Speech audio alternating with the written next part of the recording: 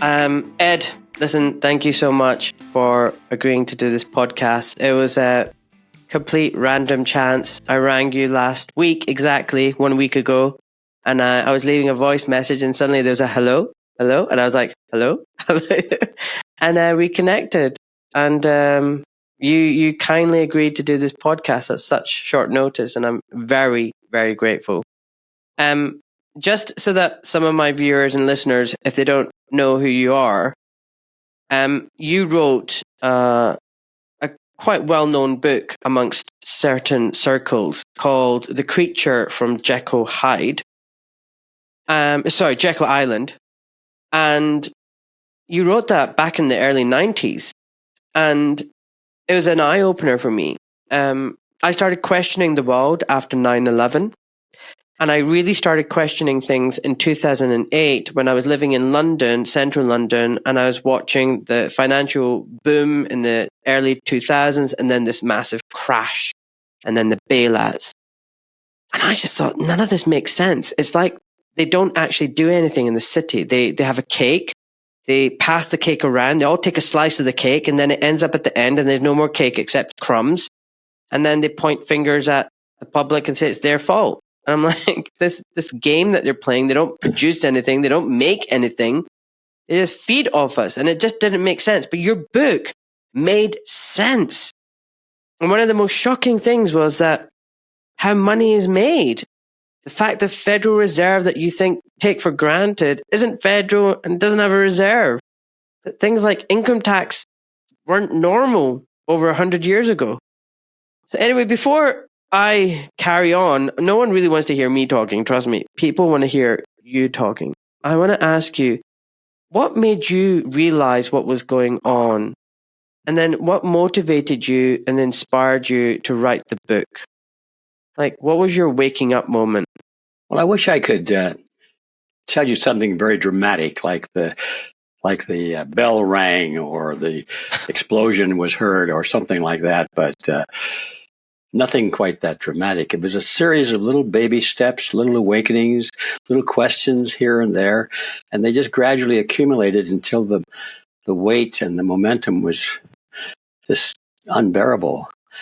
I started off. I'll skip through a lot of the old ancient history. I was climbing the corporate ladder as a young man after I got married and had a beautiful wife and 1.5 children, the second one in the hatch. And I thought I was going to go into Hollywood and become active in the motion picture or communications business. I had worked in television and all that. I thought, well, I'll go to Hollywood and make my big splash there. Well, it was a big thud. And I got out there and I realized there was a lot of talent much better than mine in Hollywood. And these people were all waiting for their big chance. They were waiting table and washing cars and wasting their lives in a way. And then when they did get their big chance, they found out that, and I could see this from a distance, they found out that the whole system was corrupt and they didn't want to be part of it anyway. So I decided that I would get out of that field, that racket, and go into the corporate racket and just become a normal person. And so I was climbing the corporate ladder, and I came across some pamphlets that shocked me. One pamphlet was critical of the United Nations. Well, that was highly insulting to me because I had just come out of the university, and I had been taught, and I knew that the United Nations was our last best hope for peace. And it was a great humanitarian organization and so forth. So I was incensed, and I remember the day I thought I'd never go back to a library again once I was out of school because I thought those were torture chambers.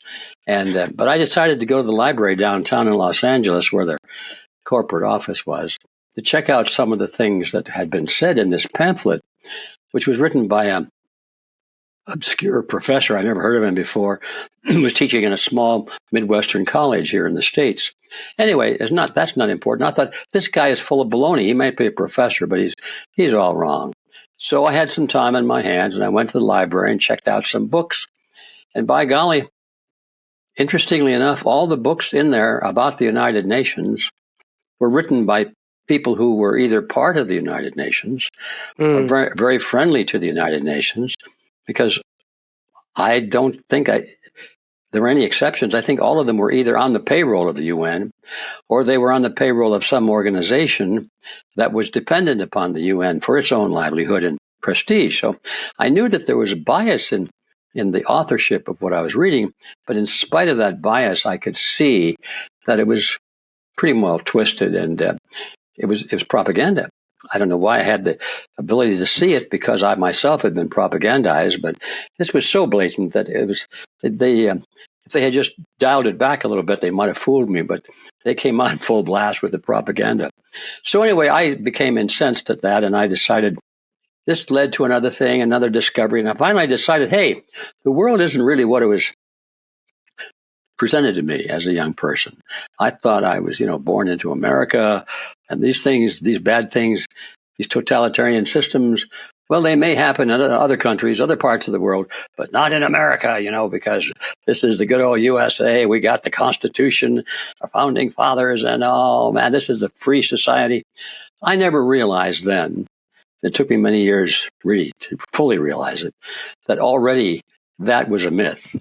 America was no longer the land that we had been taught about, the land that it once was.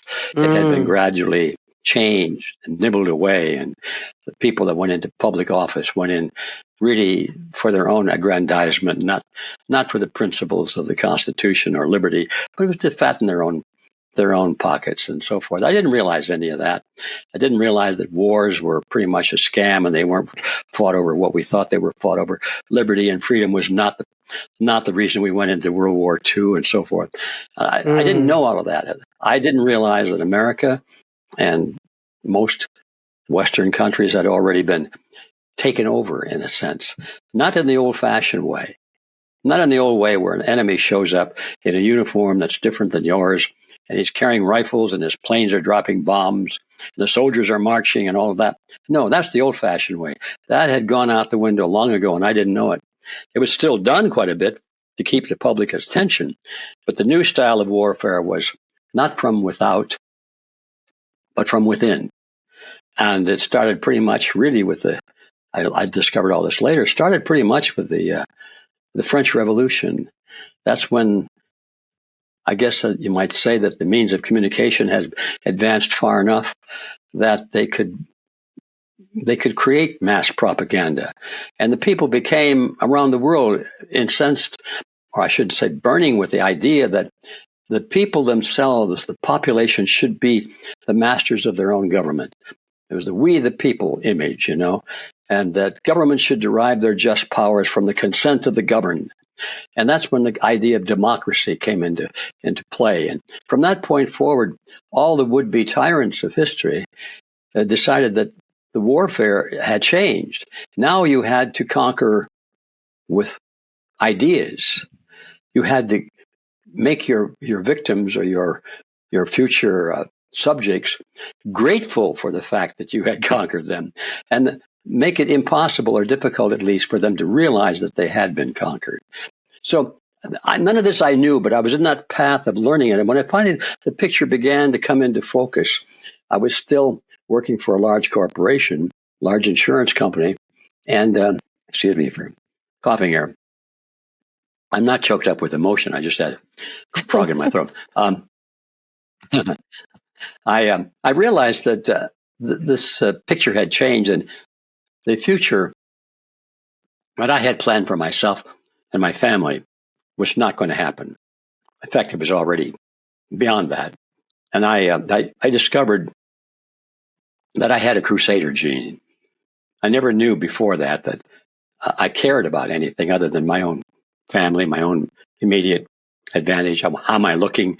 How much money am I making? Are we living in a good house? Should we get a new car? How about a better car, a more fancy, go someplace on our vacation? It was all about the material things. And like most young people, they were just determined how we were looking, how we doing, and so forth. And all of a sudden I realized that was nothing. That was never going to happen. And we were heading into some tough times. So anyway, I discovered I had a crusader gene. And I decided I had to do something about it. Now, this is probably more than you needed to know on the answer to your simple question, how this started, but this is how it started. Bit by bit, step by step, realizing that picture is bigger than I thought, more tragic than I thought, more serious than I thought. So I quit my job with the corporation. My wife almost had a cow. She said, Ed, how are we going to put groceries on the table? I said, I don't know. We'll find out a way somehow. So naive though I was. So anyway, I'm having similar conversations. By the way, I'm having similar conversations with my wife. I'm sure. Well, the ladies are smart. They can see things that us guys we sometimes get all wrapped up in our pride and everything else, and our something about our psychological makeup. We just don't want to give in. We think we're invincible. Anyway, be that as it may, the ladies usually are right on these things. But anyway, she followed me all the way through, and I'm glad she did. We went through some hard times, of course. But anyway, now getting finally on track to your question.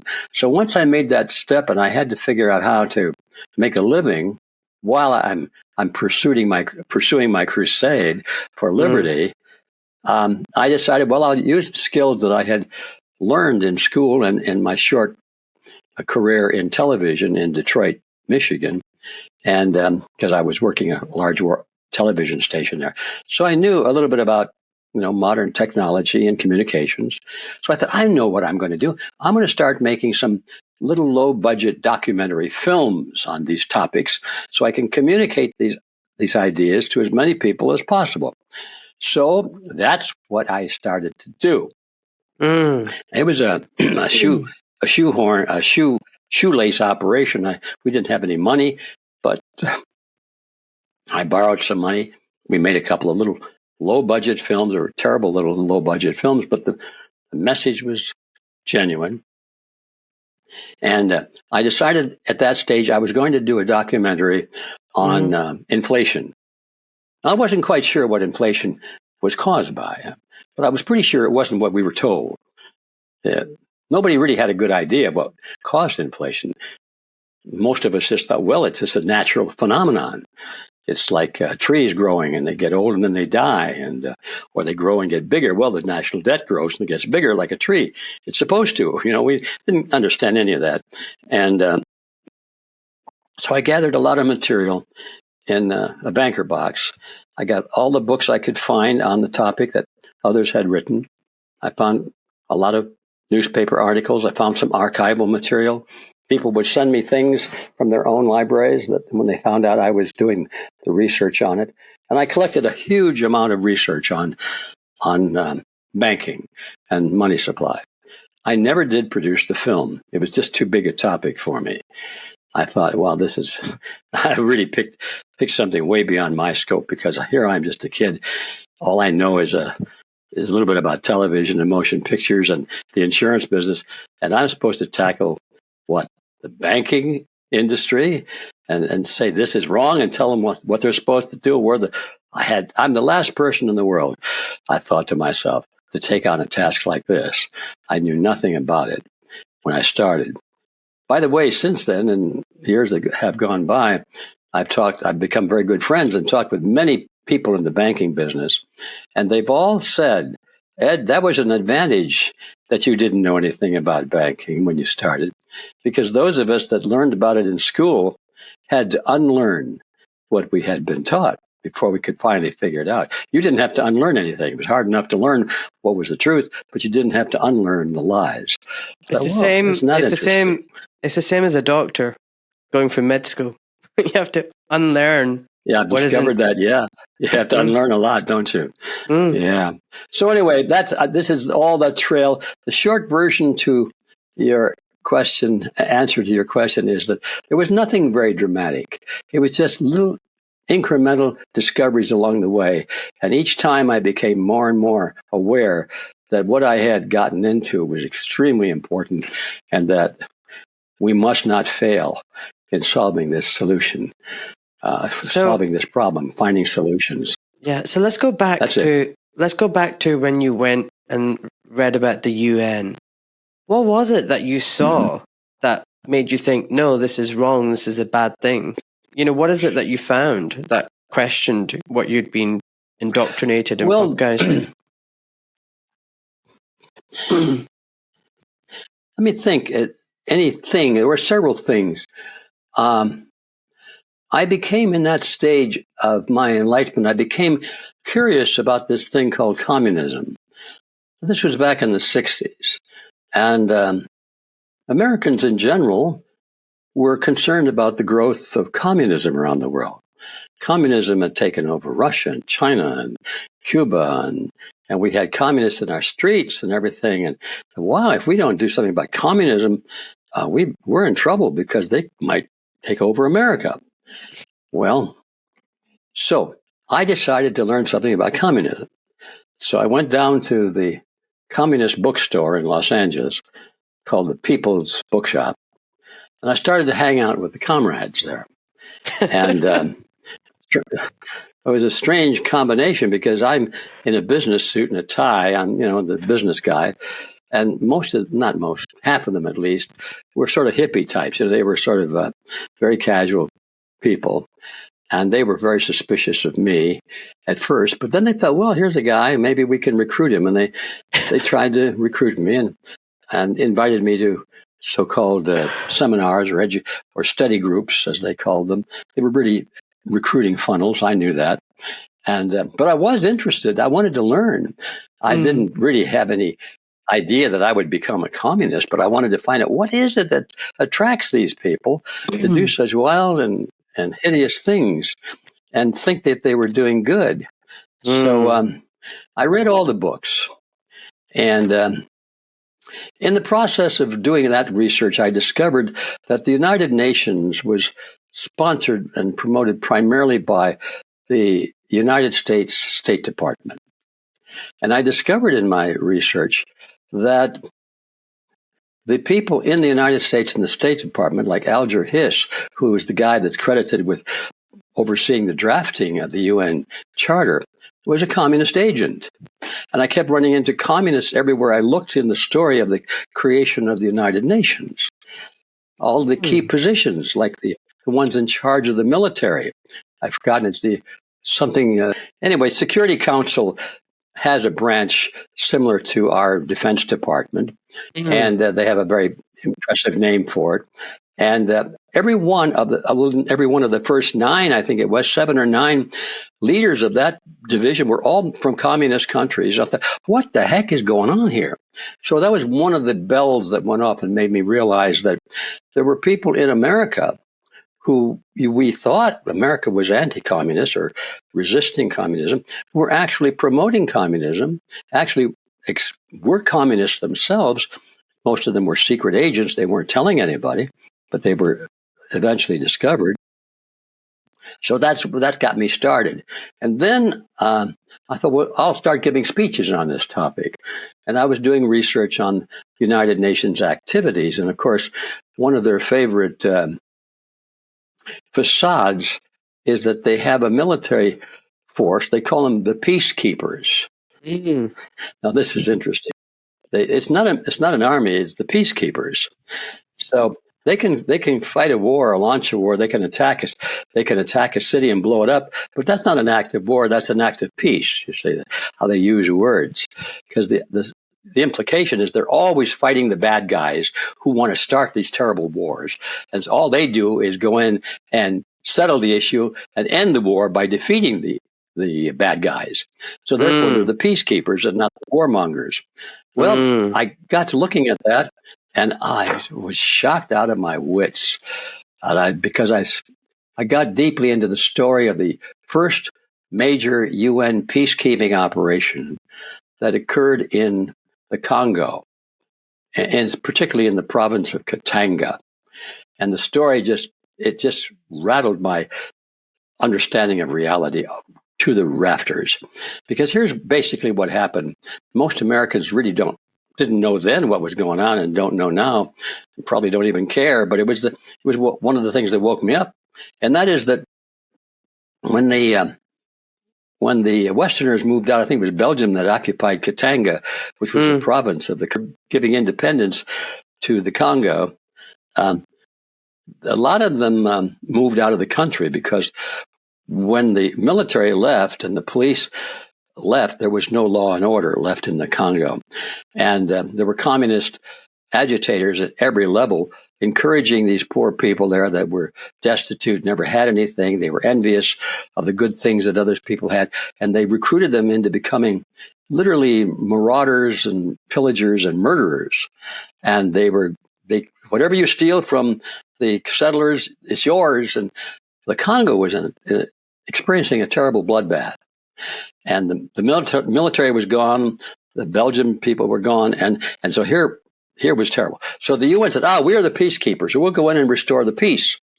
So the whole Congo was in chaos like that, except one province. And that was the province of Katanga. Katanga was under the leadership of the president of Katanga. I think it was Moise Tshombe. And Moise Tshombe had read all the Western works of the free market people, the free enterprise people. He understood free enterprise ideology. And the Katanga province was very, very prosperous. And so it was, in fact, you hardly even knew that anything was going on in the Congo if you were in the Katanga province.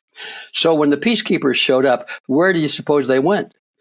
Did they go where the chaos was? No. They all went to the Katanga province, and they literally destroyed the leadership, Moise Tshombe and his government, destroyed it because it was the only island of sanity and peace in the Congo. It had to be destroyed, and that's what the peacekeepers did. In the name of restoring peace, they created havoc in the only place where peace already existed. And so when I saw that story, and I saw it written and described not only by the victims of it, but by the so-called peacekeepers themselves. There's one book written by Conor Cruise O'Brien, from Ireland, I believe, United Nations General. He was in charge of the peacekeeping operation, and he wrote a big fat book about his experiences there. And he bragged about what I'm just saying. It's incredible. Some of the phrases which I found in his book they were so blunt and true that it changed my life. He would say, for example, something like, well, when we were asked about were we interfering with the internal affairs of Katanga, we did what all people in government do. We lied.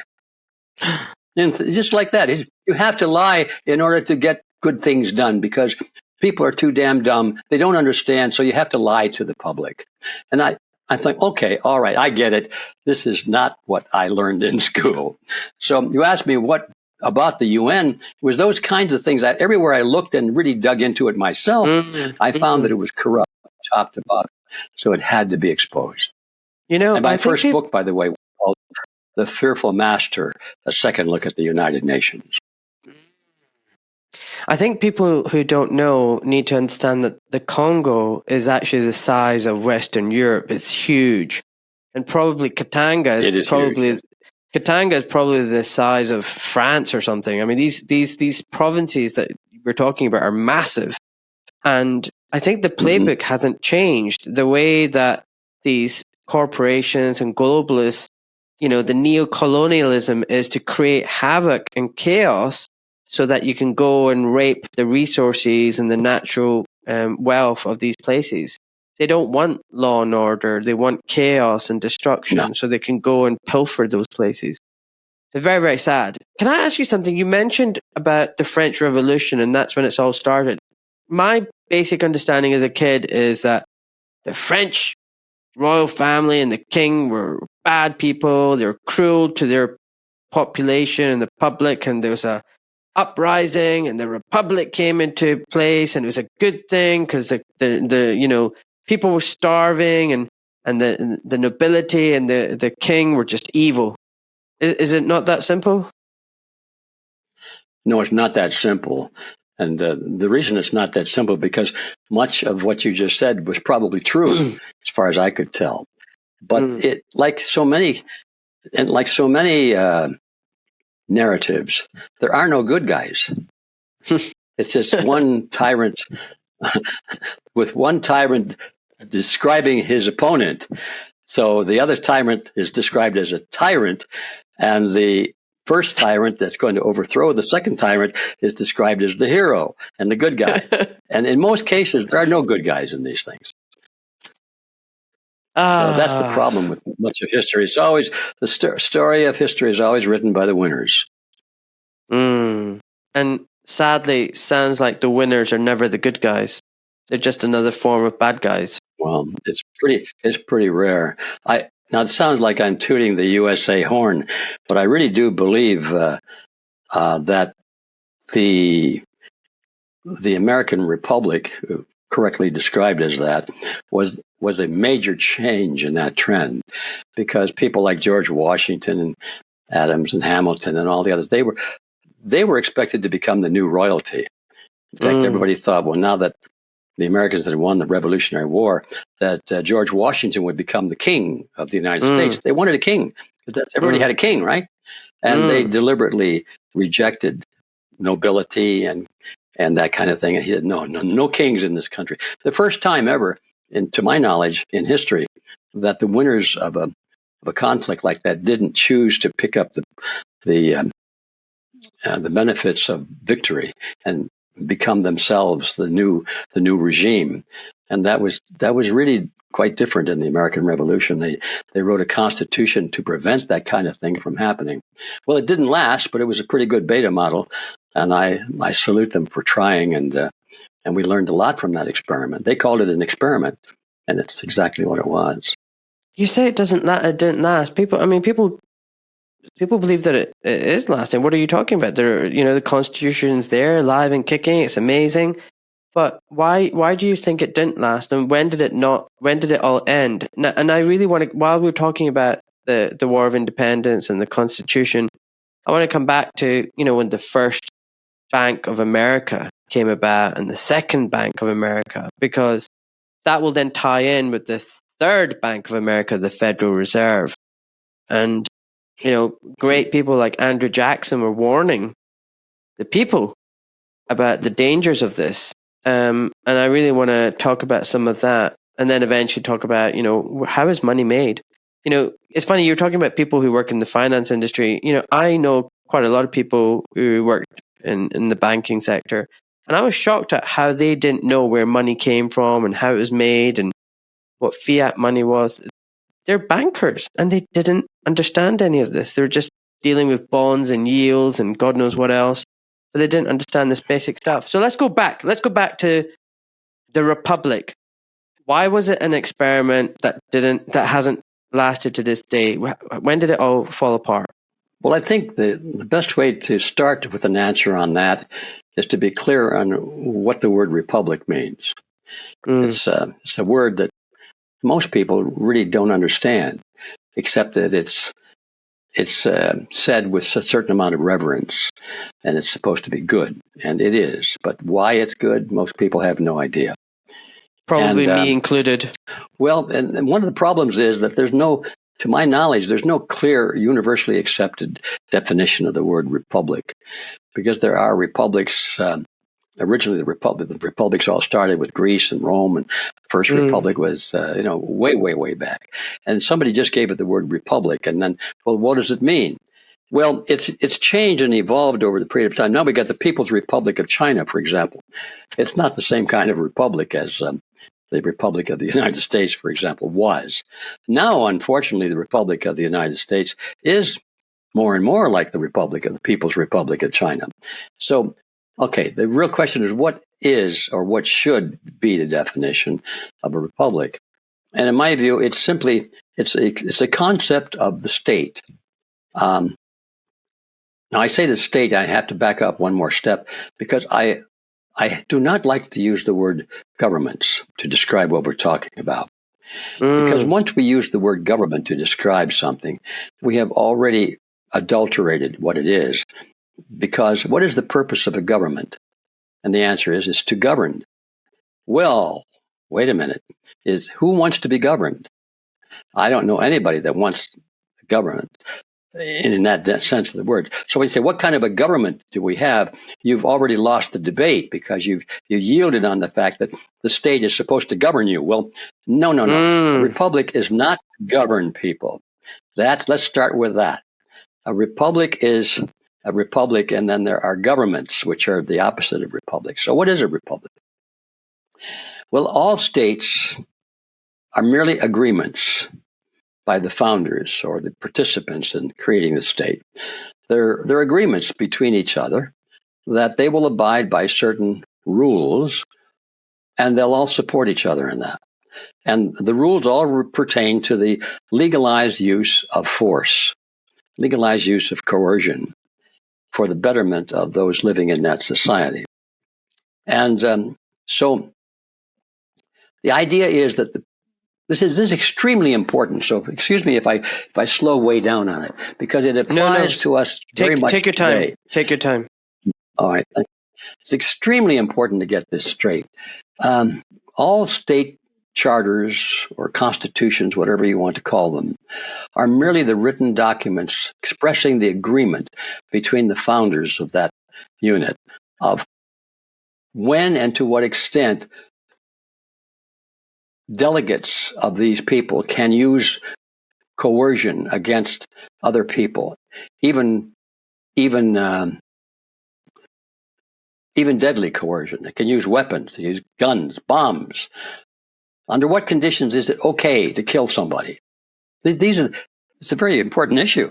If you're going to say, I can't guard my house 24 hours a day, I want to hire somebody to do it for me while I go and do my work. I want a security force. And when you hire this security force, and you better sit down and make it very clear what is the limit of authority that you're giving them to use lethal force to kill people. And so it comes to the question, well, if the state derives its just powers from the consent of the governed, then the question is, well, what can individuals do that everybody would agree to use lethal force against another person? On what basis would you or I be justified in killing somebody, for example, or incarcerating them, or taking away their liberty, or whatever? Any lethal or coercion, any lethal force or coercion. What would it be? Well, to defend yourself, of course. Nobody would, or very few people would criticize someone if they killed another person who was trying to kill them. It was for their own self-defense. So there's one right there. Now, there are a few people who say, no, you should let them kill you, and you shouldn't resist. They're really true pacifists, and there are some people like that. But most people are not. And if you had to kill somebody, God help us, you would never have to do that. But if you had to, nobody would blame you for doing it. So you can use lethal force in the defense of your life. And how about your liberty? What if somebody's trying to enslave you? There's another one. Nobody would blame you to use force in the defense of your life and your liberty. Anything else? No. There's nothing else that the individual can claim the right, the moral, ethical right to take the life of another person or take their liberty, to enslave them, put them in prison or whatever you want to call it, unless it's in the defense of their life or their liberty. Nothing more. Now, if that's the only thing that you and I can use force for, those are the only things that we can delegate to the state to use force for. And that's it, nothing more. Just because there are three of us against two doesn't mean, well, we can use lethal force against this person because we want to, we don't like people like him, so we're going to kill him. We don't like his ideas. That's not going to work. We don't have the authority to do that, the moral authority. So we cannot vote for somebody in office and say, you have the authority to do it for us.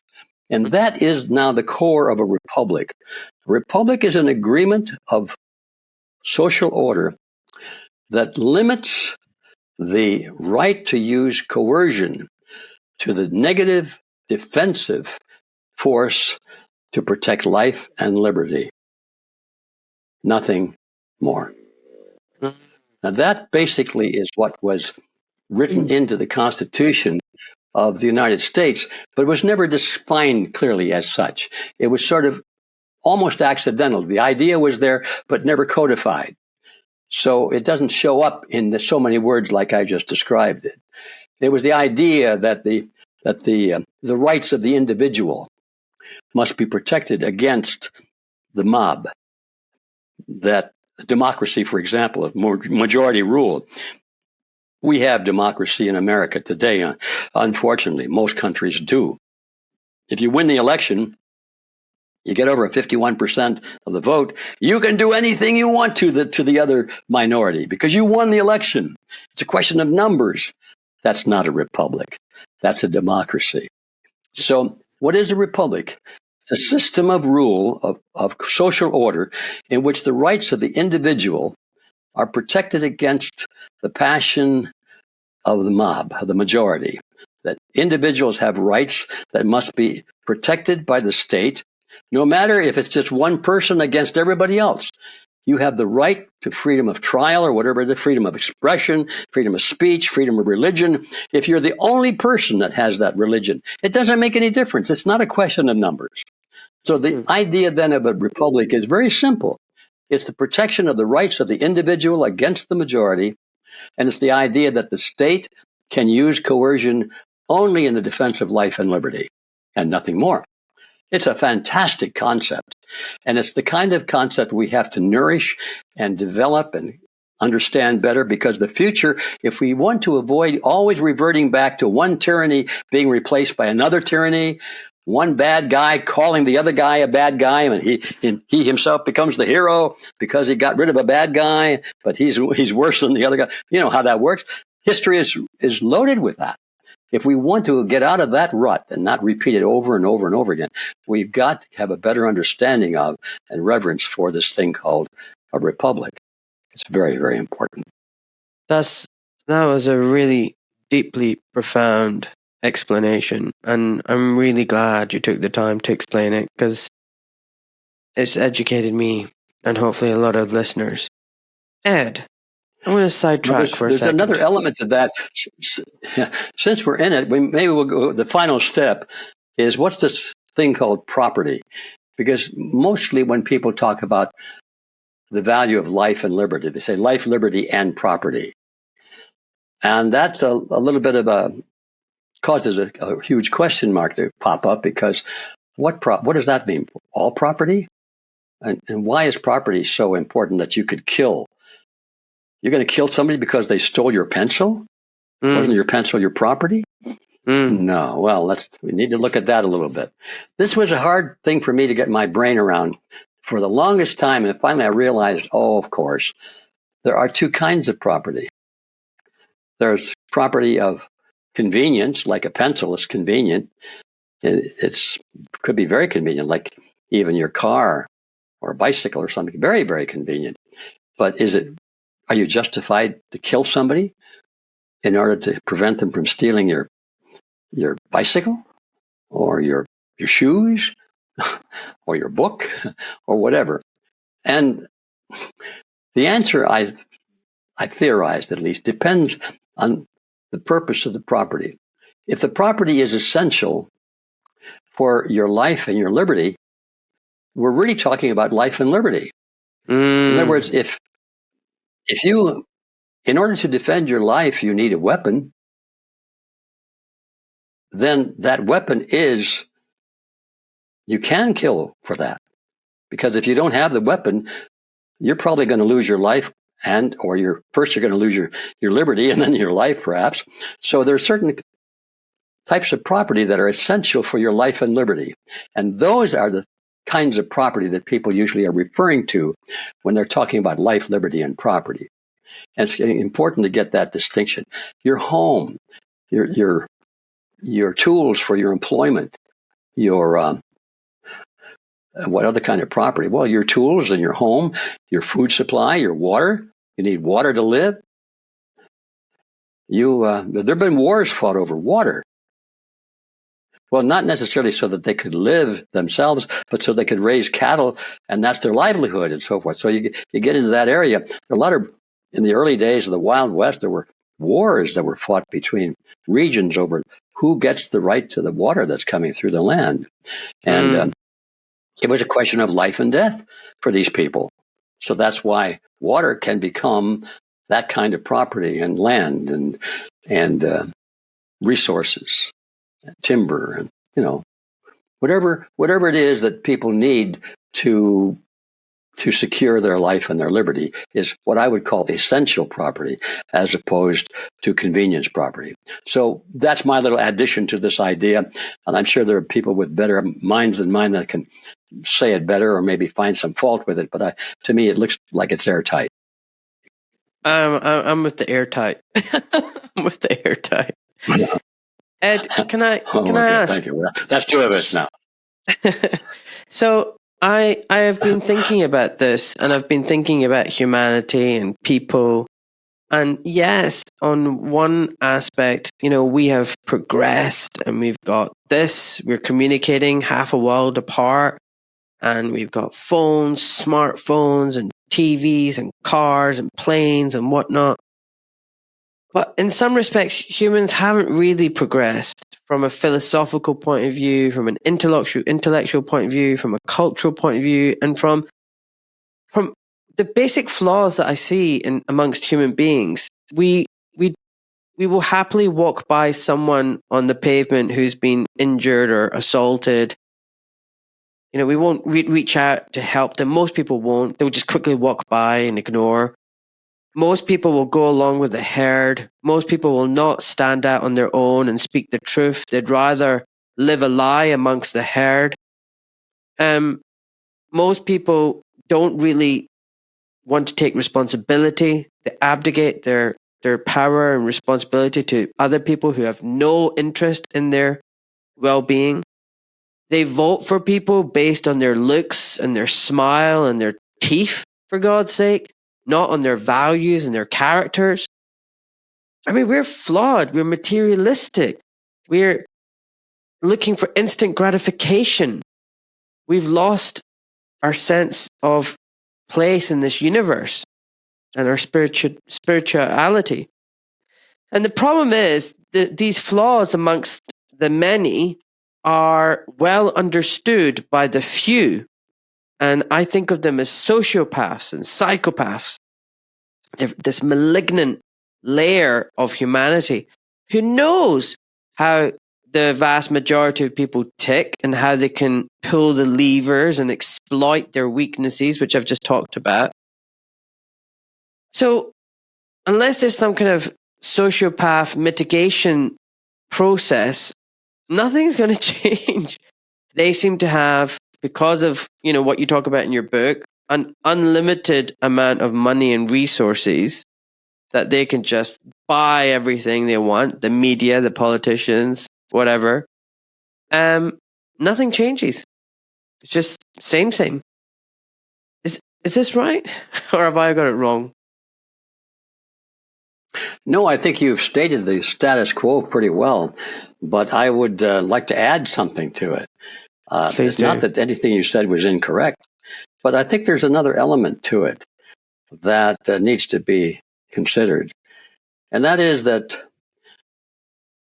the majority doesn't need to change, because history is always written by the few. Every major event of history has been driven by, my analysis is that about 1% of the population are the thought leaders, and they gather around them 3% of the population, which is, let's call them the influencers, communicators, prominent people. And they attract around them 15% of the population, who are the supporters, the good people that will support them and even show up if necessary to defend them. And that's about it, 15%. At the other end of the spectrum, if there's any conflict, there's another 15%, which is driven by 3%, led by 1%. And the 70% in the middle are who we're talking about. They haven't any idea what's going on and couldn't really care less. Excuse me for always talking about the American Revolution. That's closer to home for me, and I've studied it a lot. And I was shocked to find out some time ago that most of the people during the revolution didn't support the revolution. They didn't oppose it, but they didn't support it. They were that 70% in the middle. They were waiting to see who was going to win. And some of them left the country, went to Canada because they didn't want to choose sides. But the 15% won the war, led by the 3%, led by the 1%. And it's true all across history. So when we're thinking in terms of winning this battle and making a difference for the future, for our children and our grandchildren, we don't need that 70%. No, we cannot have them actively against us. And that's why our enemies always worry about manipulating them, because they need that mass motion. But the people themselves in that group are very vulnerable. They could change their position in a heartbeat if they thought, oh, well, the other side is winning. It always happens that way. We call them the rodents leaving the ship. And as the ship is sinking, they're going to shore on the ropes because they know that ship is going down. So it's a harsh reality, but it's true that if we want to win this battle, all we need to do is reach 15% of the population. And I think we've already done that. The only trouble is that the 15%, they don't realize that they're in 15% or maybe 20%. They think they're all alone because our enemies have captured control of the means of communication. And so we don't talk to each other as much as we would otherwise. We don't read about each other's activities in the news. That's all forbidden. We don't even know these people exist. But our job is to stand firm, never give up, always move forward, have a strategy, be diligent, be honest, have courage, and we will attract the 15%, and we can win if we develop a strategy and know how to win. There are certain things that have to be done. You can't just say, well, we understand it, and therefore the enemy goes away. No, we have to engage him in conflict. Now, this is not necessarily conflict in the streets with guns and bayonets. It's conflict in the power centers of society, the political parties, the church organizations, the labor unions, where people live and gather, and they follow leaders. That's why our enemies always go for the top of an organization. They can buy the leadership with money, and the leaders can betray their members, and the members don't know they're being betrayed. They just follow along because they're the followers and they're the leaders. So you can lead the population with, a couple of percent of the population, if they're in positions of leadership in the power centers of society. So now I'm getting a little bit outside of the topic, but our plan to recapture control of the system is to recapture control of the power centers of society, which can be done. It's just that our enemy has done it. Now, it's true, the enemy has unlimited funds. They have plenty of money because they make the bloody stuff. They make it out of nothing. But we have something they don't have, and they wish they did. And that is, we have the bodies, the souls, the people, and we have the passion. Most of the people on the other side will work because of greed, because of anticipation of having great wealth or prestige or power, but it's not in their heart. It's not in their heart like ours. We're fighting for our lives, for our families, our children, our liberty. We have ideals. That is powerful, more powerful, far more powerful than money. And the other side does not have it. So we should take courage in that fact and move forward. 100%. Oh my goodness. Ed, I don't really want to talk about me, but I as a consultant orthopedic surgeon, I can make a comfortable living and live a good life. And I'm risking everything to do this, to inform and educate as many people as possible, to empower them and to wake them up to what is happening, to start linking people. So many doctors and scientists have been censored and their voices been muted. People go, where are all the doctors? They're amazing doctors. There's so many good doctors out there.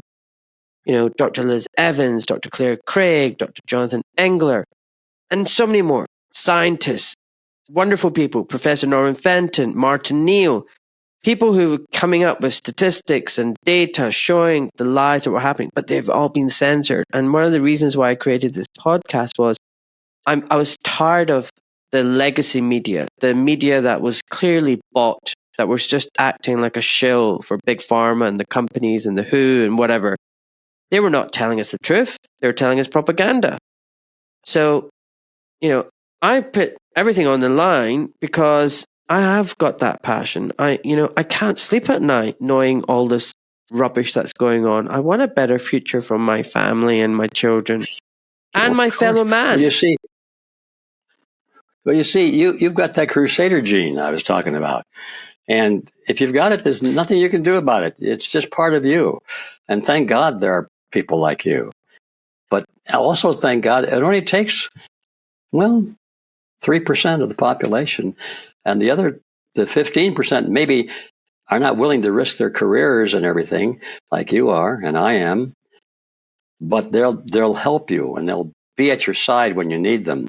And this is the reality. This is part of the arcane knowledge of political engineering, opinions, and so forth. As you said correctly, our opponents know that art very well, that science very well. They've studied it. They have courses on it now in universities, and sometimes it's described fictitiously as advertising, but it's opinion engineering, and it's humanity engineering. It's changing the culture, all of that. It's really, really totally serious and very big. But anyway, they understand it. You understand it. I think I understand it. And so the 70%, let's not worry too much about them. We want to reach out to them. We love those people. I mean, we're all in the same boat. If the ship goes down, we go down with it. So we can't just say, poo on these people, because we need them and they need us, whether we like it or not. So that's our mission. And often they're our family and our loved ones, even though they might think we're crazy and we're not, why don't we just play along? We can't just abandon them. Anyway, Ed, you were talking about they make money out of nothing. I know what you're talking about. A lot of people will be saying, what is this guy talking about? Money's not made out of nothing. There's no alchemy going on here. Money is money. What do you mean by money is made out of nothing? Okay. Let's start with what is money? What is money? Forget how it's made or anything like. What is money? The dictionary defines money. Different dictionaries have different ways of saying it, but it boils down to this. Money is a medium of exchange. Period. It's something that, notice the word medium. It's not the exchange. If it's direct exchange, one thing for the other is called barter. I'll swap my Model T car for your grand piano. That's, or my apple for your orange. That's barter. That's not money. Now, if I say I'm going to give you my package of cigarettes, I don't smoke, and I know you probably don't either, but let's just, I'll give you my little bag of chocolate-covered peanut butter cups in return for your watermelon. Okay? Yeah. You don't like chocolate-covered peanut butter cups, so you say, what would I do with chocolate-covered peanut butter cups? But you know that almost everybody in the world does like chocolate-covered peanut butter cups, so you might take the peanut butter cups anyway, because now it becomes a medium of exchange. You could swap it because there's a great demand for chocolate-covered peanut butter cups. Now, it sounds silly, but it's important to understand that money is merely a medium of exchange. It's not necessarily useful in... Well, one of the things that makes some money better than others is the fact that the medium itself has a use other than money.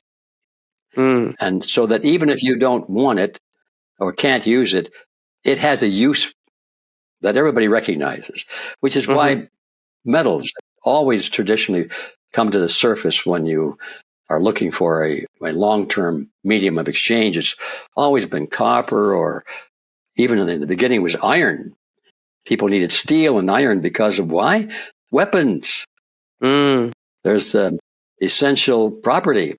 They needed steel for swords and shields and knives, because if you didn't have those, you lost everything, including your life in many cases. So the earliest form, very common, and sheep, all livestock, but it's particularly cows. In fact, the word pecunia is Latin, and pecunia, I understand, means cow. So a pecuniary transaction, meaning a monetary transaction, is a transaction of cows, if you follow the Latin origin of it. Wow. So, yeah. So it's okay. We covered that. So money is anything that is a medium of exchange.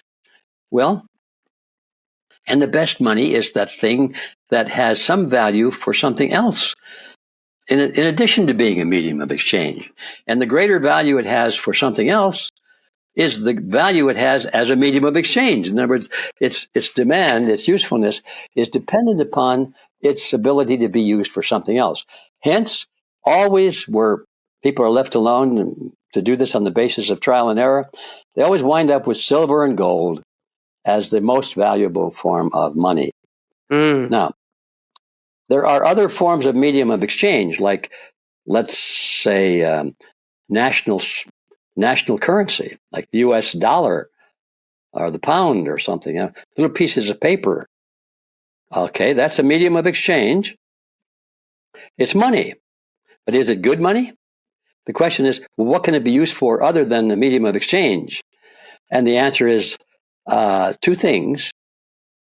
One is to heat your home. If you burn it, you're looking for something to burn, so it has heat value. And the other thing is, if you run out of toilet paper, it might be useful for that. Other than that, this has no value other than money. I hate to disappoint you. If you used it now for toilet paper, you'd slice your bottom open. I mean, they're made out of plastic now. It's plastic now. Oh, okay. Yes.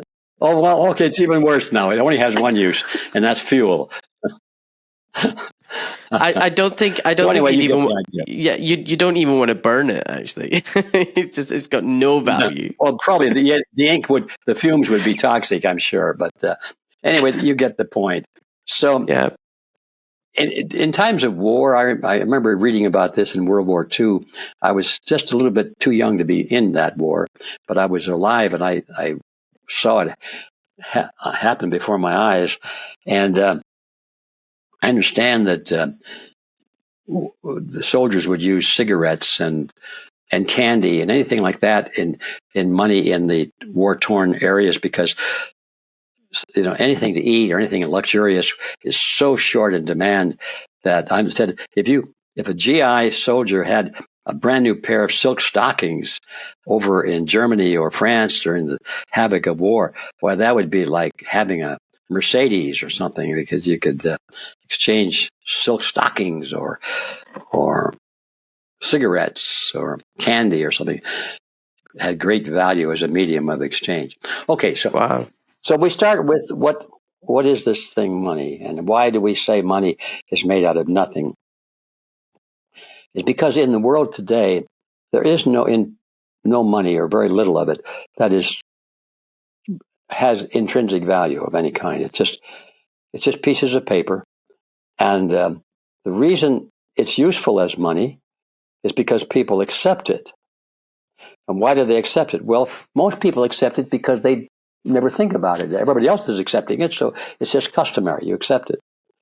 And the other reason is that there are laws that force you to accept it if you change your mind. They're called legal tender laws. You have to accept that money in the payment of public debts and taxes and that kind of thing. So you are required by law to use something that's totally worthless as though it had worth. Take the law away from it, and nobody would, or very few people would accept it. So why do we say that they make money out of nothing? Well, most money in circulation today is not even paper. It's digital. I think that the last time I looked at the numbers, I think the amount of money in circulation that exists in terms of paper bills and coin is less than 7% of the total money supply. Way less. I don't know. Just get my phone off to the side there. Sorry about that. Way less than 7%. Yeah. And so the rest is all digital. And it doesn't even exist except as a electric charge or a magnetic impression on some credit card or something. Wow. So that's the nothing. That's the nothing part of money. And they make it out of nothing. But now it's even worse than that, because in order for them to do that, all of the central banks of the world have to go through the motion of lending this nothing into circulation. That's how it gets into circulation. It's not really in circulation and therefore not really money until it's lent. So how money comes into being today is that the central banks lend it to somebody, either to governments or to some corporation or to some individual. And at that point, it's an IOU. So it's even worse than nothing. It's debt. Money is debt today. So it's accurate to say it's made out of nothing because it has nothing of substance behind it except the taxing power of the state. I remember saying this some years ago that it just hit my brain as I was talking to a group of people. So, well, what do they mean by this money is backed by the full faith and credit of the United States of America? Makes it sound so good. You can trust this money because it's backed by the full faith and credit of the United States of America. And you hear the Star Spangled Banner playing in the background. What does that mean? That means this money is backed by the promise of the United States government, promise faithfully to fulfill this promise that in order to pay it back, they will take it from you if it's the last penny you've got so they can give it back to you. They promise to do that. And that's what the full faith and credit of the United States government means. They got to steal it from you before they can give it back to you. They steal it in the form of taxes or inflation or some other mechanism. But it's all propaganda. That word keeps coming up in our discussion over and over again. It's all warfare for the mind. It's convincing people to be complacent, to be passive, to be compliant to the system, even though they don't understand it, is because they have faith in the system. So they've been conquered in their mind and not conquered by guns and bayonets. 100%. Propaganda is a good word, though. It's really annoying when I think about the fact that I took out a mortgage and the bank gave me money that didn't even exist. And now I'm paying back that money that didn't exist until I took the loan out, which was never theirs. And I have to pay interest on it. And that took not me only that, if you don't pay it, they take your property. I know. They take your house.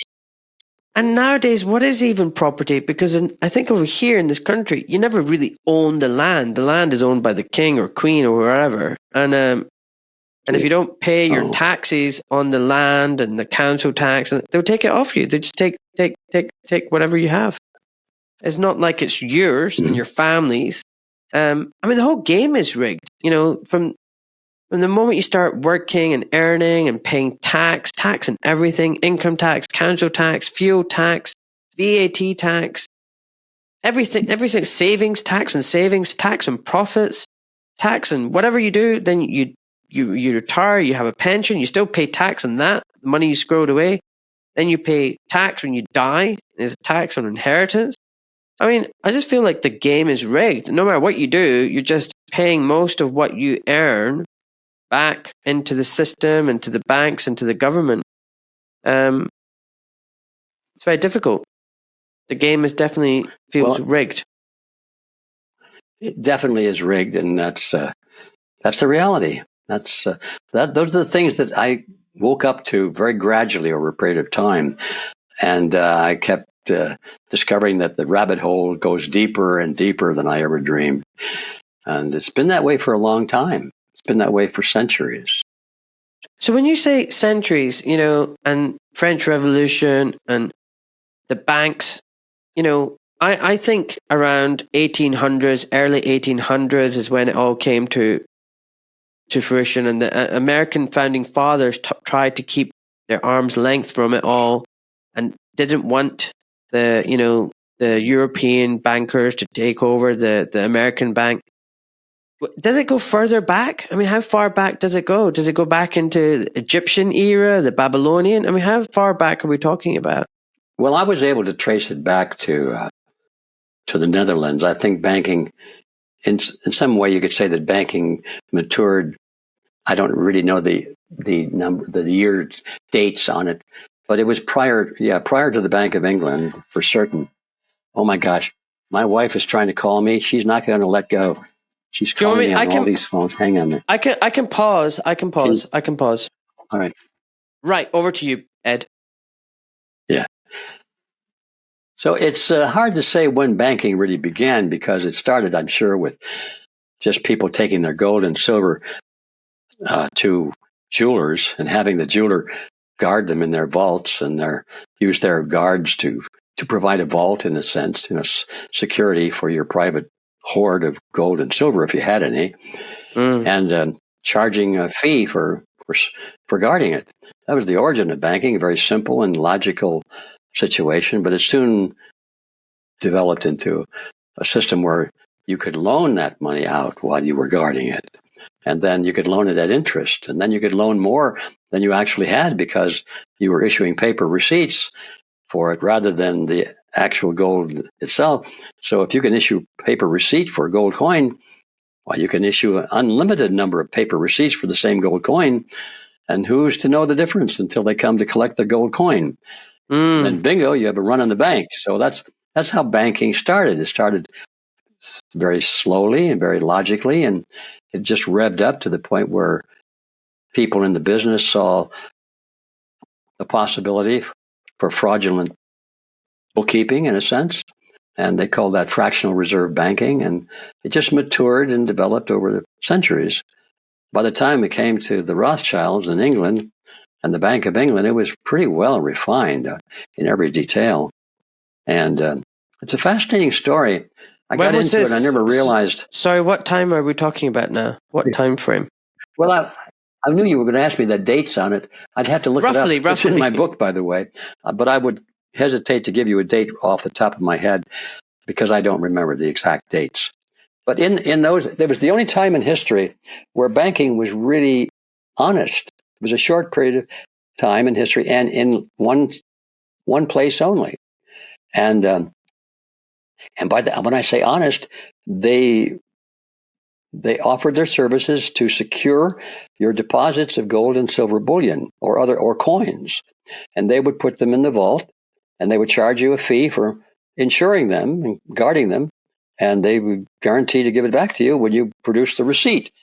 It was receipt money, very good money, as long as you didn't lose the receipt or have it burned or stolen or something. So that's the problem with all deposit money. You never know that who's guarding your money is going to be successful in guarding it. But it's worth the risk because you figure they have a good chance of doing so and you have a small chance of doing so. And the fee is reasonable. So now you've got a bank.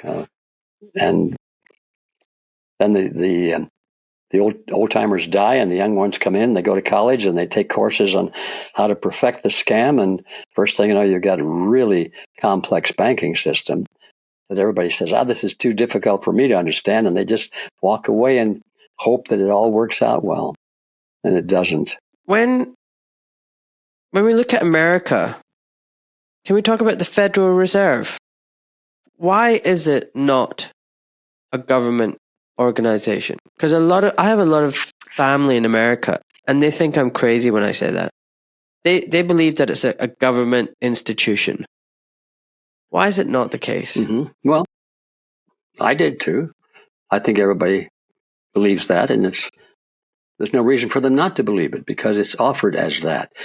It's seldom, if you really look at the literature, the bank, or the so-called bank, the Federal Reserve System is not a bank, let's first identify what it is. Federal Reserve System is not a bank. It's a cartel of banks. It's an organization like a labor union or an association of companies all in the same business, like the oil cartel or the banana cartel, the sugar cartel. It happens to be a banking cartel made up of all the major banks in the United States. They formed an association, and they called themselves the Federal Reserve System. And they chose those words very carefully because they wanted to create the impression that it was a government agency. That was the reason for the word federal. And they liked to impress people with the idea that there were reserves involved in some some way that there were reserves involved in this system. And of course, there are no reserves of any substance. They're very token type reserves. There are a lot of medium-sized companies that could come up with the money to put on deposit for their reserves. And they're not really reserves for banking at all. They put some money into the till. And anyway, it's a cartel. And I don't know what to say to your friends in the States, except they better look it up. Look it up in even Wikipedia will be pretty straightforward on it. Or read my book, because the Federal Reserve Act created the Federal Reserve System. And it's all very clear in the Federal Reserve Act that they were putting together something which was to be regulated by the federal government, but not part of the federal government. It turns out, after a period of years, that this thing is so powerful and so influential that it no longer is regulated by the government, but itself regulates the government. So it's completely switched around as to where the power center lies. Ed, can we just talk about why is this not a good thing?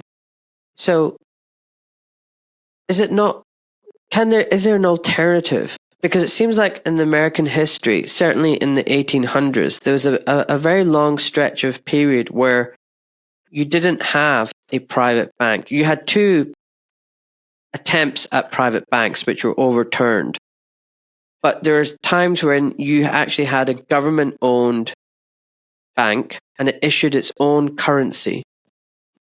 Why is that better for a country? Why is that better for a nation than having a private bank issue money with debt?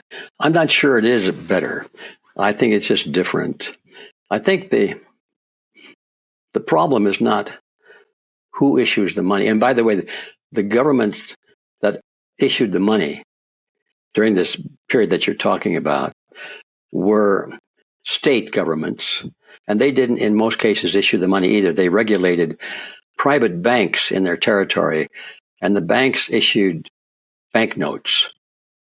And so it was a mixed bag. Some of it was government-issued state money, and much of it was privately issued banknotes.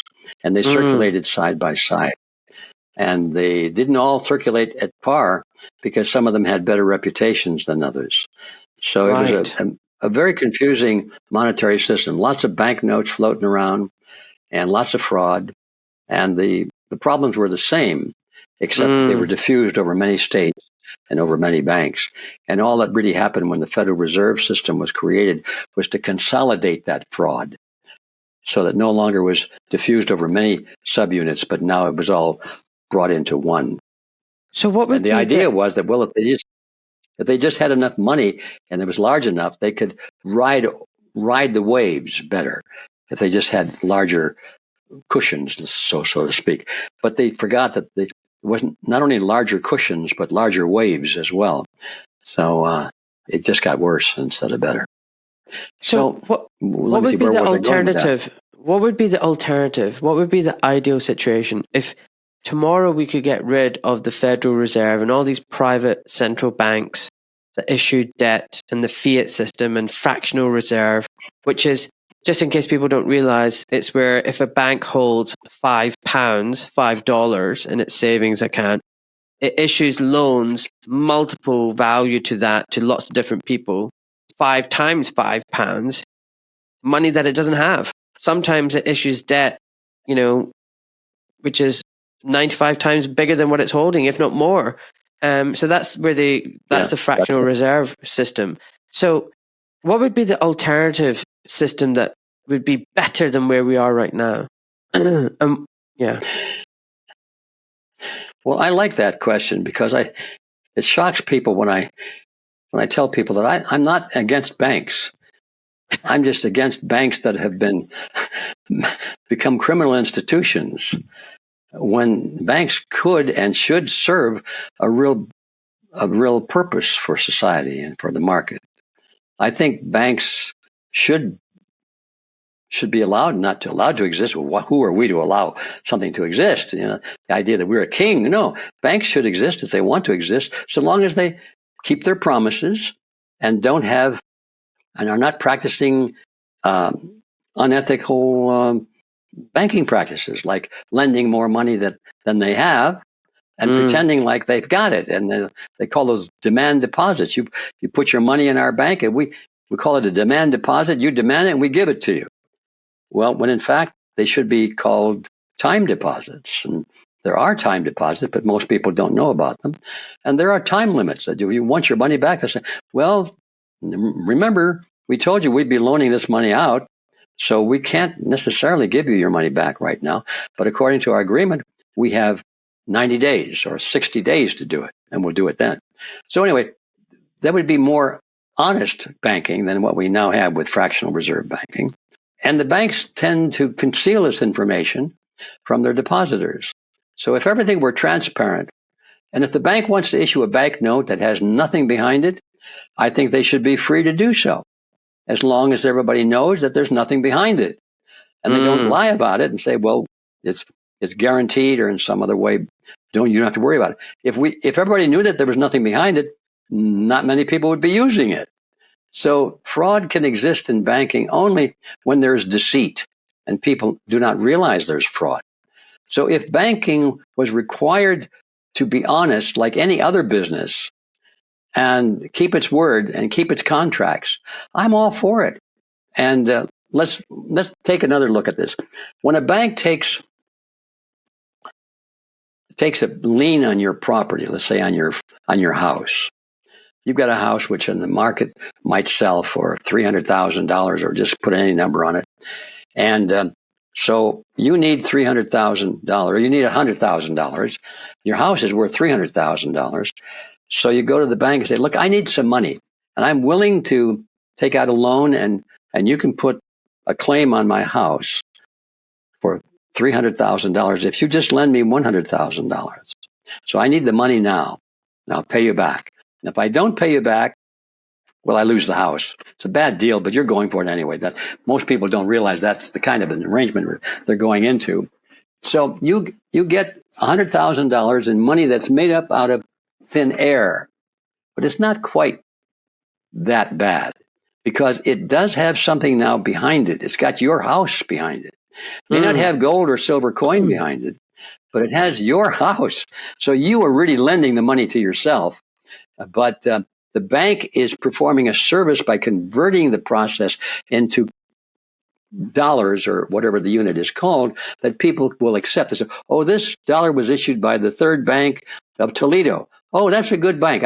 They keep their promises. I'll accept it. Oh, this bill over here is issued by the Fourth Bank of Toledo. Oh, they're a junky outfit. They steal money from their depositors. We don't want it. So as long as everything is transparent and companies were required to do business like any other company, if the banks are required to do business on an honesty level that other companies are required, I'm all for it. I think the banks could provide a good service, such as turning your house into a temporary cash flow for some business venture, whatever you wanted to use it for, and putting up their good faith and their reputation to back up that loan, so that if you should fail to deliver, they'll make good on it or something like that. Banks can perform a very valuable monetary service if they're required to be honest, like all other businesses. And you know what? It comes back to something very medical about what you're talking about, the transparency and honesty. If people actually knew what was behind, for example, the currency, what it was backed up by and how the banking worked, it comes back to informed consent. You have to inform the public, exactly, and they need to consent to it. And I'm a doctor and I know about informed consent, but it's funny, I never really thought about banking and the finance system involving informed consent as well, but it really does. I just really thought about it. Yeah. And then, so, but what about where we are now, though? Because reading your book and looking at the world around me, and I came to some of these conclusions before even looking at your book, I feel like so many of the wars that we've seen have actually just been engineered. They're money-making exercises. And a lot of the governments and politicians seem to be puppets. They don't seem to be representatives of the public or the people. They don't seem to be doing what's right in the interest of their population. Are the banks now just too powerful? Are they? I mean, it just seems like so much wealth is concentrated in such few hands. How do we dethrone them? How do we take away that power from them? They can print cash and throw around what is literally just pocket change to them and buy politicians and presidents. What is the solution? How do we get out of this mess? Well, that's the $64,000 question because it's never been done. And it's a good question because it seems almost hopeless. But my attitude is that it has to be done. And therefore, it shall be done. We just have to figure out how to do it. I do know, even though I don't know how all the steps will play out, I do know that the first step is to make the facts known to that 15% of the population. Without that knowledge base, it's going to be impossible. But if 15% of the population understand what we're talking about, they will be motivated. They will have fire in their bellies, and we will find a way. It'll be done, I hope, through the political process. It still functions if we can ever recapture honest voting. Now we have another problem there because they're rigging the machines and they're stuffing the ballot boxes like crazy here in the States. We haven't had a fair, honest election in a long, long time. It's all rigged. And people know it, but they don't want to talk about it because they don't think there's anything they can do about it. So they'd rather ignore it. They get cheated out of one election and they say, well, the next election will come back strong. But they don't want to address the issue of rigged elections and fraud in the ballot box. But aren't the politicians... All of these things can be solved. But aren't the politicians all bought from both sides? You have this illusion of choice. Haven't they already considered... Well, yes. You buy out the opposition as well. You make people think that they're kicking out the rabble when actually you're just voting in the same. Very observant comment there, yeah, because I believe that our opponent's strongest weapon is controlled opposition. They want conflict. They want us to think that we're participating in some kind of a great tug of war between the good and the bad. And so they have to allow us to have that sensation of struggling for truth and honesty and fairness and all that. And so they know that we want leaders. They provide them for us. They provide, in many cases, the people that we follow because they know what to say. And they do some good things, actually. They have to do that in order to be credible. But they're always deep down and from the beginning, they're obedient to their masters. And their mission is to put up a good fight, but to lose. So that's another, that deepens the problem considerably, because in order for us to do what we want to do, we have to be aware of this tactic. And the average person on the street doesn't want to hear this. No. Because they have their heroes. They have their heroes. And the idea that these people who are offered to us as our heroes may not be what they appear to be is a horrible thought. We just don't want to contemplate that even. We don't want to talk about it. How do we counter that? Because sometimes when I say to people, oh, I don't know about this person, and we shouldn't have these false messiahs, and we shouldn't have these idols, and we need to save ourselves and stop looking to other people to save us, and I'm not sure about this one. Some people get really angry. How dare you question this person? This person is going to save us. They're amazing. They're wonderful. And I'm like, really? It's like, people really want that savior. How do we snap them out of that?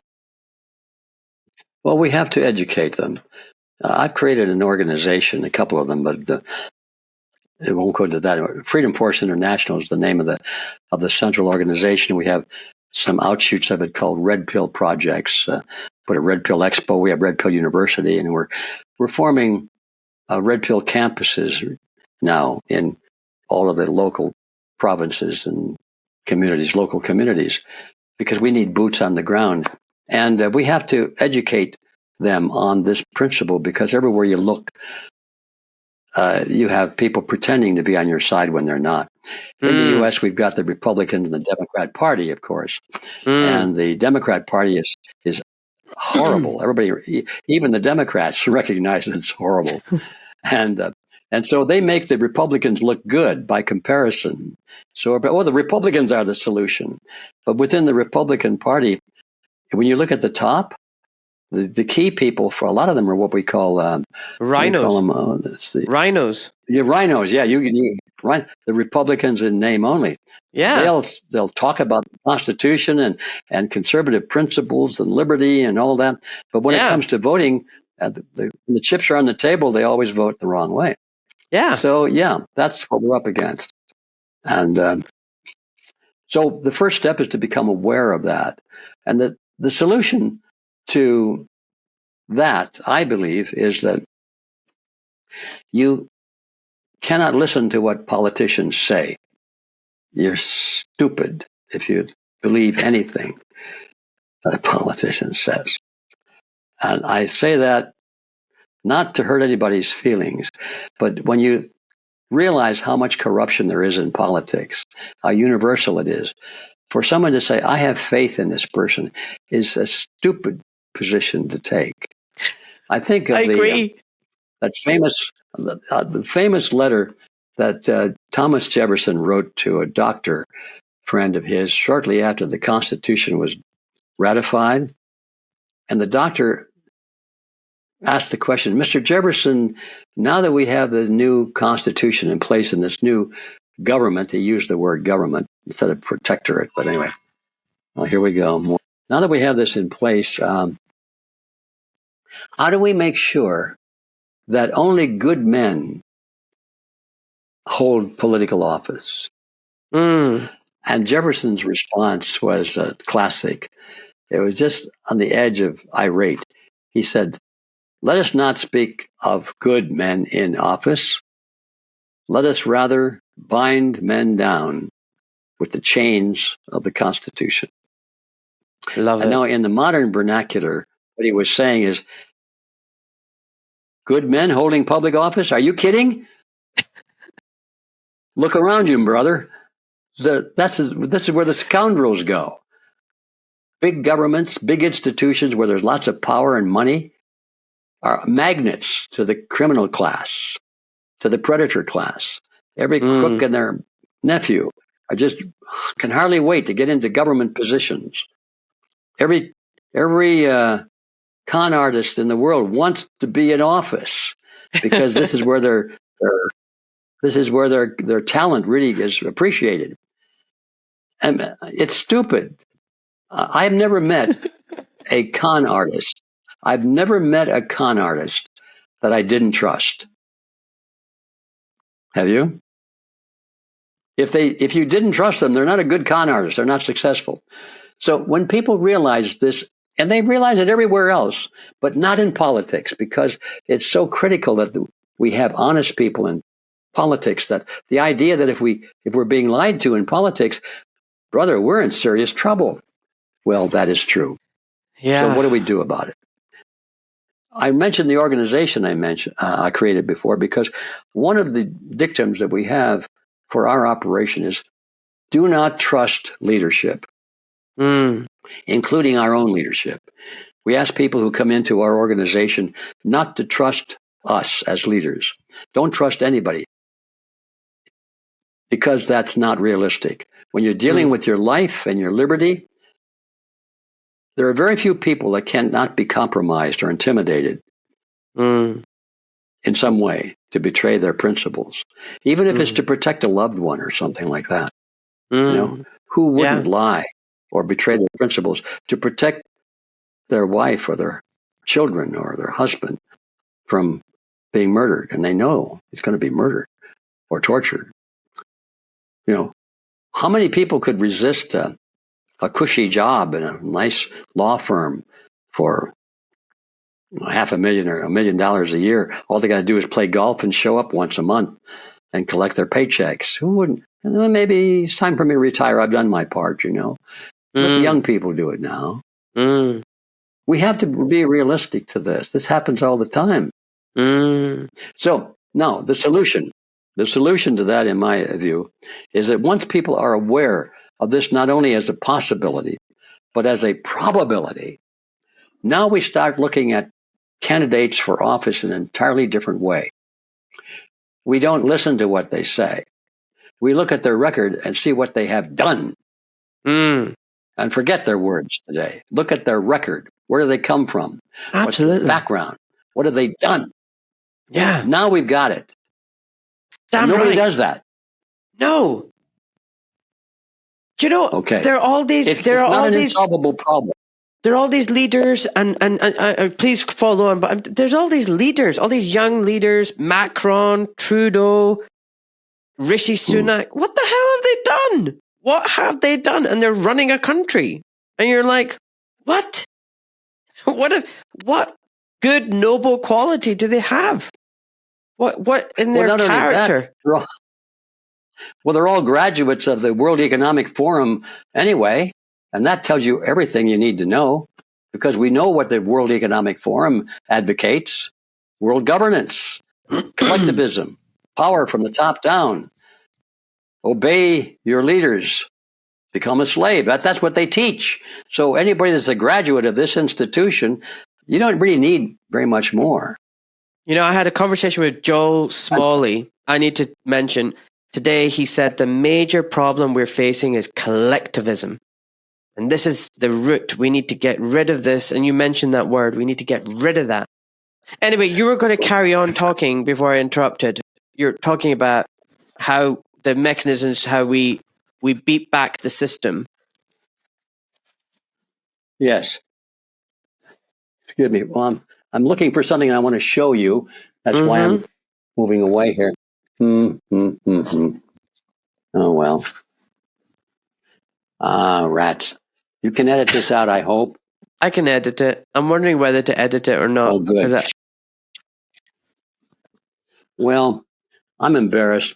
I've created a booklet called The Chasm. And, here it is. Here's right on. Here it is. Excuse me. I don't know if anybody can see this, but... The Chasm, collectivism versus individualism, the issue behind all issues. Joel Smalley, look at that, buddy. Look at that. Wait, you need to hold on one second. I'm going to take a picture of that.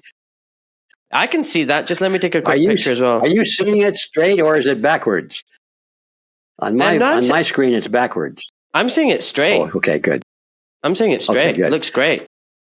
Well, what this is it's a sneak preview into the main theme of my next book. I've been working on this for quite a while, and I decided that the gem of it is this issue of collectivism versus individualism. I don't want to wait till the book is finished. So I brought it all together, and there are some parts that are still under development, but I put it together. And to me, this is the issue that once people clearly understand that all these words like socialism, communism, fascism, Nazism, all these words are just garbage. They mean nothing. We're talking about collectivism versus individualism. That once they get that straight, they'll be able to evaluate their candidates a lot better too. So anyway, if anybody wants a free copy of this, a downloaded copy, you can get it just by, let's see, it's chasm, spelled CHASM, chasm.realityzone.com. And give us your email, and we'll put you on our email list and let you know about all the things we're doing here. But also you can download this free, and you can print it yourself if you wish, or read it online. Okay, having said that, I think is the core of our issue. It is the core of our issue.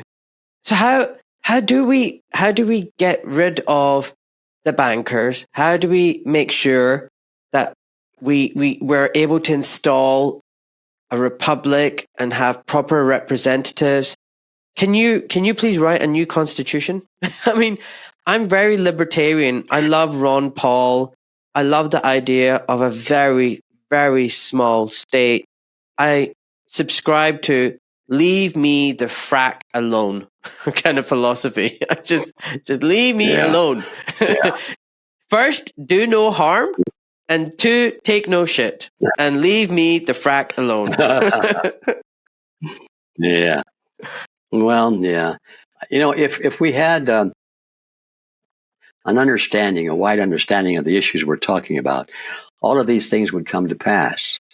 Because if we honestly believe that the state is justified in using coercion only for the defense of life and liberty, if we really believe that, and we write a constitution that says that in no uncertain terms and can be enforced and all that, then you talk about a small state. Yeah, it'll be very, very small because it can't do anything else except to defend life and liberty, which is an important issue. That's the only thing we need the state for, really. The rest we can handle quite well ourselves. Thank you. So, how do we do that? We have to replace the political scum that's running the show today. Amen. I don't know how to say it. Maybe I could think of a stronger word than scum, but that's strong enough for the message. See you next Tuesday. We are too loaded. We're too loaded at the highest levels of authority. We're too loaded with criminals, with con artists, with the predator class. They seek public office because they can commit major crimes and be rewarded for it and revered for it, because they'll do it in the name of protecting the people. So once we've done that and we replace the scum with people who understand what the real function of the state should be, all of these things will happen. And unless we do that, none of these things will happen. So that's our mission. And that's what this Red Pill University and Red Pill campuses is all about, is how to begin that process of replacing the collectivists who are now running the show at all levels of state authority. And we start at the ground level, at home localities.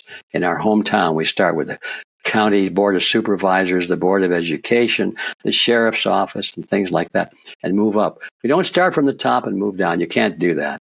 People say, oh, if we just get the right person elected as president or something. No. One person is not going to. You need to build a foundation at the grassroots level and build up, and not from the top down. I've just got a few more questions. I know your time is precious and people are trying to get through to you. I just want to ask you two last questions. The first one is, people listening right now, what can you give some 3 or 4 tangible steps they can take in their lives to protect them and improve their lot, bearing in mind the game is rigged? Yeah, that should be easy. It's easy to think of things you can do to defend your liberty and your life. But those are defensive or negative measures.